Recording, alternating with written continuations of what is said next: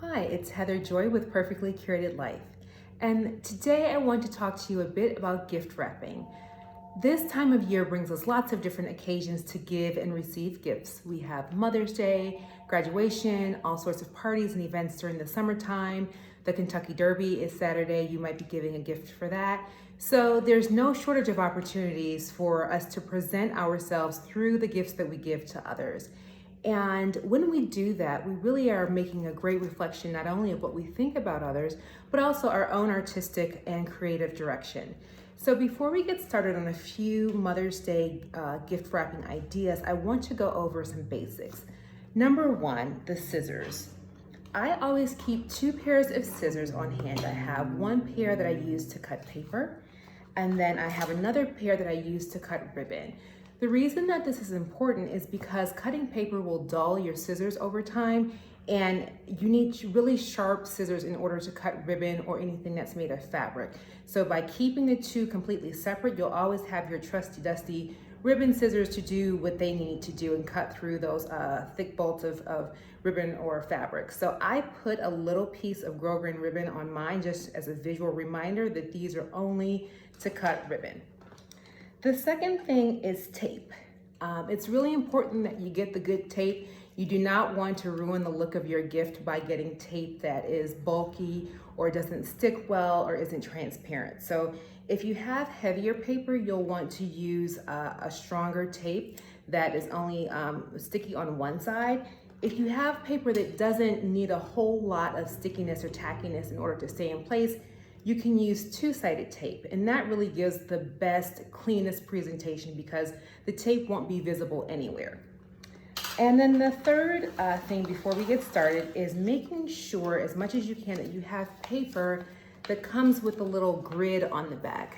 I'm not sure if you can really see that, but there's a grid here, and that grid serves as your marking line for where you're going to cut. Sometimes the look of a package can be ruined because the edges are not clean, and the number one culprit that causes edges to be bulky and bunchy is too much paper. So you really want to make sure that you're getting just enough paper to cover, but not so much that it's going to create a problem when you're trying to get those nice sharp creases. So with that said, I just want to go over a few ideas in 3 different thematic areas for our moms and wives and everybody else who's celebrating Mother's Day this weekend.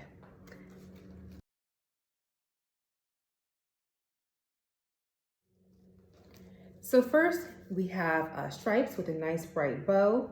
This is for the lady who is very feminine, but not necessarily very girly. She likes bright colors and bold shapes.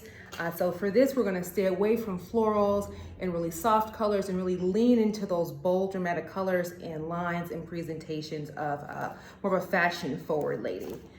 We have kind of a circular theme paper with a navy grosgrain ribbon. We have some fuchsia stripes with a fun polka dot bow. And then we have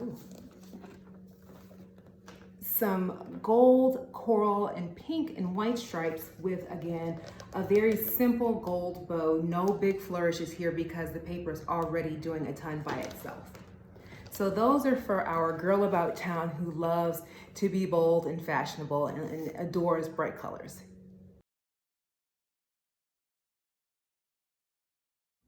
Okay, our next mom is the classic romantic. She loves really soft feminine colors, a lot of florals, maybe some pink, maybe some pearls. So first, for that kind of lady, I have a floral paper box with a triple layer paper. So you can see that we have a big floral and then a bit of solid pink and then a smaller echo of that larger floral. So the same kind of flower, just on a smaller scale, and then a huge satin ribbon bow. So this is for the maximalist feminist lady. In the same line of florals, we have another one. This is a little bit more subdued in its color scheme, but no less exuberant. We have a purple satin bow and then an all over hydrangea pattern throughout the box. So only one layer of paper here. So the punch here really comes from the colors. It doesn't involve a lot because you're only using one paper, and you don't have to worry about, sort of coordinating and streamlining a huge color scheme, but you still get a lot there. And then lastly, this is a little bit more glamorous. This is gold foil paper with a gold bow, and then a very delicate, almost tone on tone. You have a pale pink with gold on it pattern, but those colors are very close together, so it's not going to jump out at you, but you do really appreciate this sort of almost monochromatic scheme, and it's very soft and romantic. So those are for our classic romantic moms.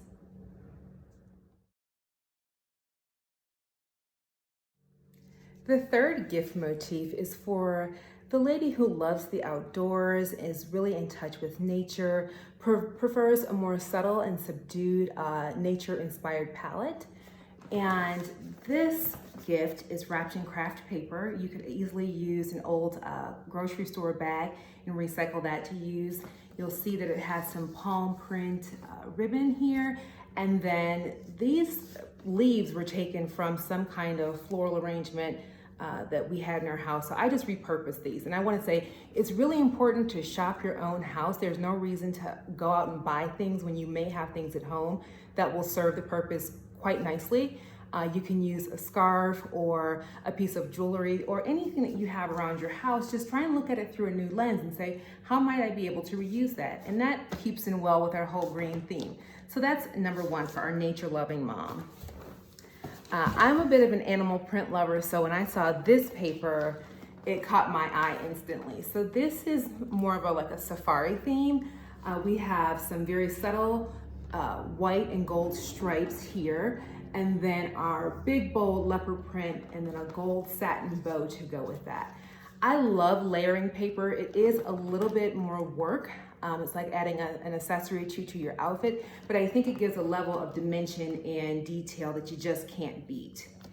And then lastly, we have this one. This paper is from Nepal, and this paper is on the expensive side, so I didn't want to have something that would be too cost prohibitive. So this I would use for a smaller box.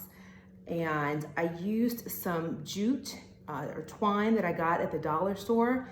And then I raided my mom's closet and found this necklace, which I just wrapped around. I would give this back to her when it's done. If you have stuff that you're using from your own closet, you can do the same.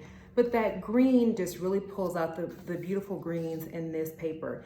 And this is called latke paper. It's actually made from a plant that grows plentifully in Nepal, and it is printed with kind of a light green all over pattern. And I got this paper at Paper Source. I also have a lot of this at home. This paper is very durable and it can be reused. So that, my friends, is the different variety of Mother's Day and springtime gift wrappings that I have to share with you today. I'm so thankful that you tuned in. Please let me know if you have any questions. Take care.